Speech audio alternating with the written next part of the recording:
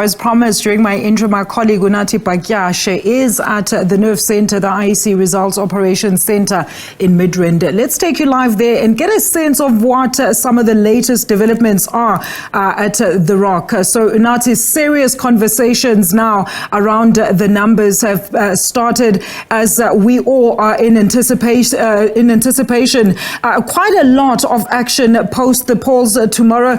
Coalitions, moonshot packs, but of course, the voters first have to decide.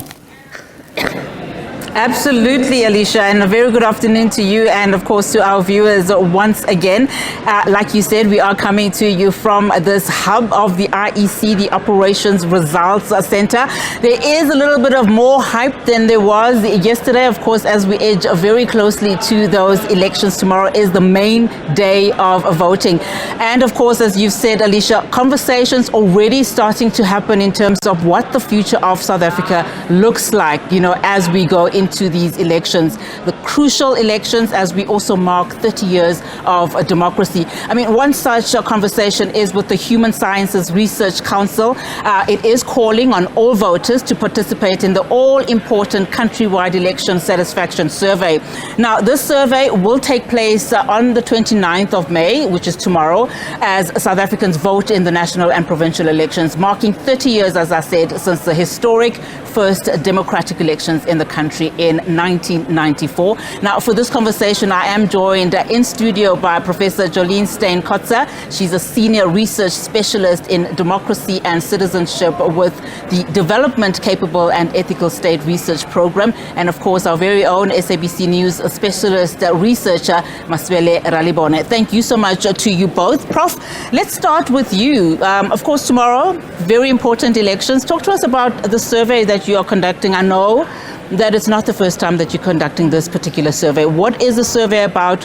What is it aimed at? And of course, what does it entail?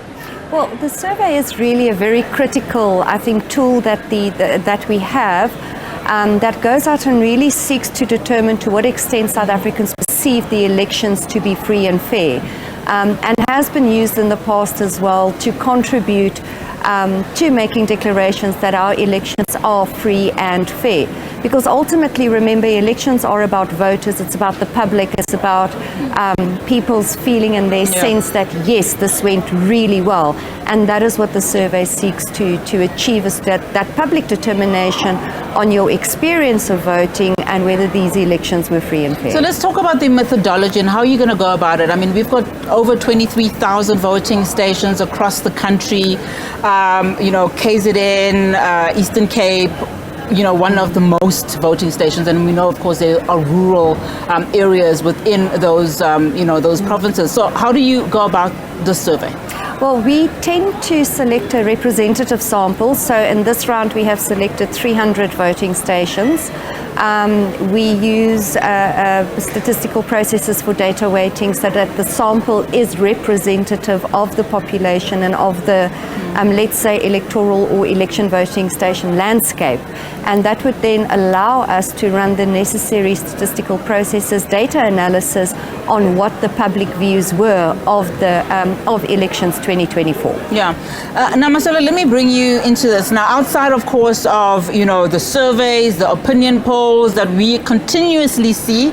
I mean, you as the research department within the SABC, as well as, of course, through our very own reporting at various provinces, we are getting a sense of what South Africans are saying and their lived experiences. But over the years, we've seen how municipalities, particularly in some remote areas, just continuously are not delivering up to the standard, of South Africans. As we anticipate what we are likely to hear within these surveys, just touch on some of the things, that you've been working on and writing about. Oh, thank you for the opportunity to join your team.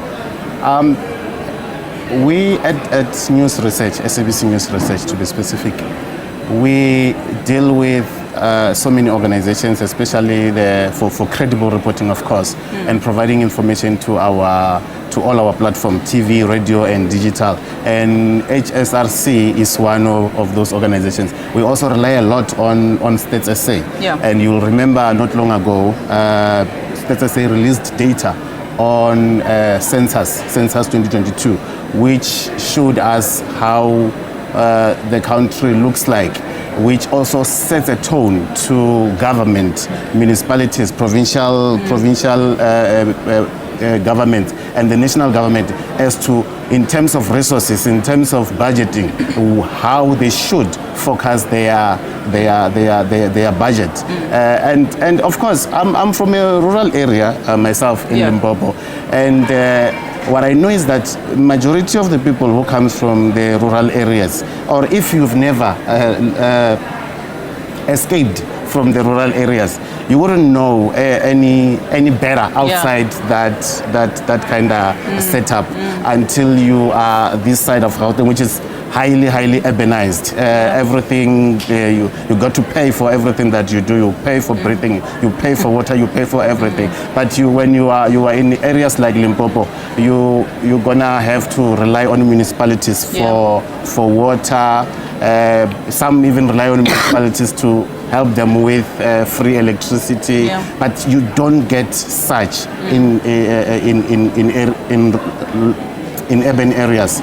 So recently I wrote an article about the curse of democracy, a rural curse of democracy, in which I was looking at the area where I come from and the surroundings, and I know that problem that I diagnosed from the area where I come from. When you visit provinces like Mpumalanga, Eastern Cape, Northwest, the rural areas, the rural provinces, you still find the same problems where you rely on a municipality for water, but there's no water.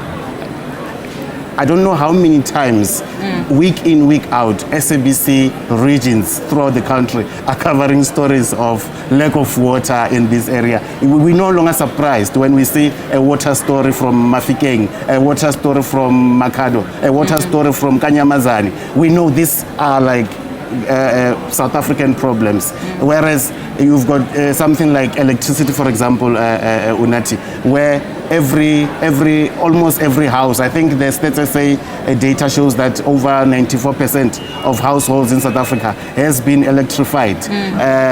But the issue of Eskom, of course, but that I think is one of those things that municipalities together with Eskom have managed to do successfully. But you have those other areas like building of roads, for example, building of community halls, community facilities.